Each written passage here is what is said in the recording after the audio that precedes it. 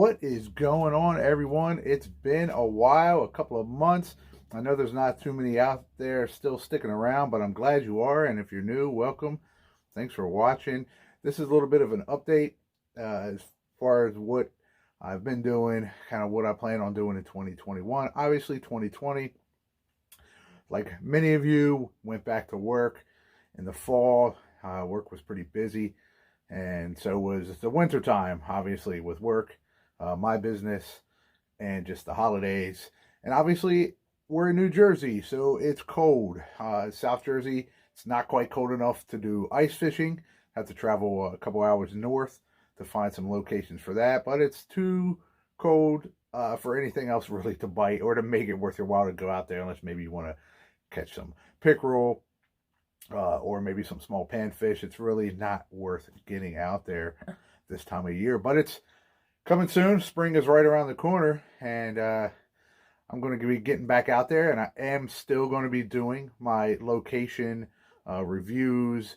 I don't know if anyone has checked out, but the New Jersey Fish and Wildlife magazine of 2021 has like 4 or 5 pages that list all these public fishing spots in New Jersey and all kinds of information about those spots, some of the things that I like to bring to you guys and tell you guys. So that is going to make things a lot easier for me. It's going to provide a lot more information about these locations that I can share to you guys when I do get out there and check them out. So with that said, I just want to show you a couple things that I did get over the winter time, and I plan on maybe making some videos with some of this stuff. So let's get right to it. First of all, let me show you a little Christmas gift. So I got a nice new spinning rod this year. This was from my dad. So this is a Halo fishing rod. It's a graphite rod. It's a 7-foot medium, 7-foot, yeah, some 7-foot medium heavy fast action. This thing is so light and so comfortable. I haven't ever, this is definitely probably the most expensive and nicest spinning reel, spinning rod that I've ever owned. Super light. I can't wait to use this guy and see if there's really a big difference when you're upgrading your gear like this, as opposed to, you know, I had some, I think I showed you guys last year, I had some Lew's, I had some 13 fishing, but mostly I was fishing with like Quantum and, you know, things like that. So there you go. And you'll also notice on here is a present from my wife for Christmas, and this is a Pflueger spinning reel. This is the Supreme XT, and this thing is like butter. I mean, it is so nice. Some of the specs on this thing, it's a 6:1 ratio, but it is just gorgeous. And again, this is probably one of the nicest spinning rods I've ever owned, so I cannot wait to get out there and try this thing. I've never tried a Pflueger before, so I'm excited to try this one out. This combination is sick. I am excited for the springtime, let me tell you guys. All right, so the other thing we got going on is got the GoPro. I got the kit. Got the kit here. Got all the crazy stuff. I got the head cam, the chest mount, the head mounts, all kinds of different mounts and gear. This is the Hero 8. The Hero 9 is the one that came out, so Hero 8 came out, came down in price a lot this year. It's an awesome camera that's pretty much standard. From 5 to 8 is mostly what people are using.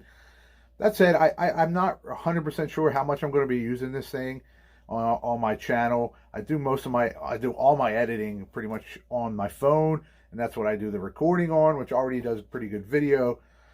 I'm not sure how much I want to get into actually using this and having to put all the different clips and recordings onto my laptop and then learning that. Well, I already know a couple programs on there, but I'm not too sure how much I'm going to be using this, but I do have it, and it is going to be an option coming up this year to use that in some videos.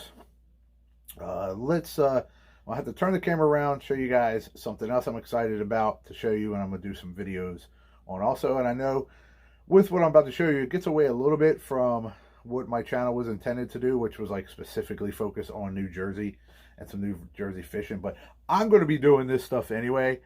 What I'm about to show you, I'm interested in it. I think it's going to be something cool to dabble with and play around with. I'll film it. I'll put it out. You guys don't want to watch that, just don't watch it. If you're more interested in the fishing location stuff that I do, check those out. But enough talking about that. Let me turn the camera around and show you what I'm talking about.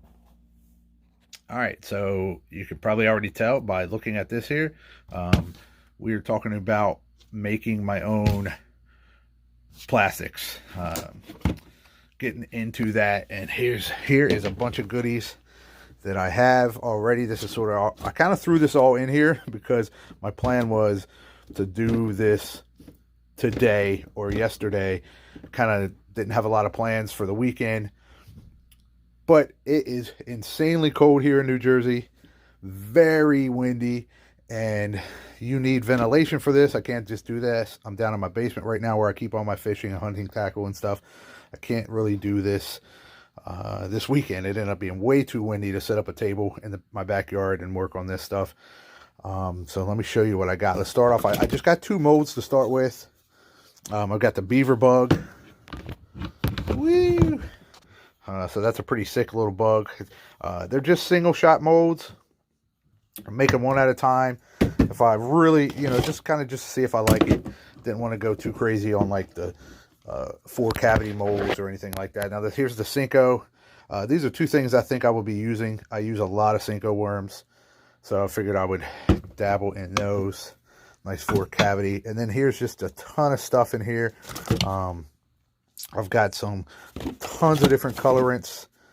And again, my first video I shoot this, I'll go through a lot of this stuff a lot more, but a ton of colorants, a ton of glitter in here. I've got some of my cups. I've got some smells, a little more, a different brand plasticide to try. Plus I have the Dead On plastics. I've got my injectors. I've got a couple different sizes since they were only single.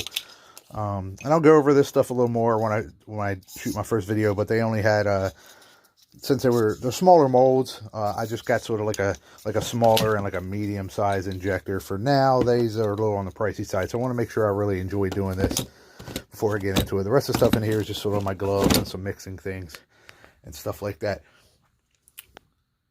Now I do have some other stuff for this that I'll bust out and show when I do my first video, but I have a vacuum pump and a vacuum chamber. Beautiful, beautiful set that I also have. Don't really need to show you guys that, and I'll explain why that's important to have when you're bait making. I got a griddle. I got a microwave. So you need a if I'm going to be making the baits in the wintertime, especially, it's good to you want the griddle to warm up your molds. So been doing a lot of research looking into that, and that's where I am. So we've got the GoPro. We've got some new a new pole to go along with the 2 poles I got last summer that I didn't really even use that much. I've got the worm making material. Way too much tackle that I was picking up over the winter time, plus a bunch of companies. Guggen's got these new flukes coming out and this Whopper Plopper that looks pretty sick. 6th Sense has got some pretty cool new stuff coming out. They've got some flukes coming out. I'm looking forward to trying. So it's going to be a fun year, 2021. And don't think that I'm done with my channel. In fact, I have a lot of plans for it and a lot of ideas. So thanks for sticking around. And I will see you soon when it's time to go fishing.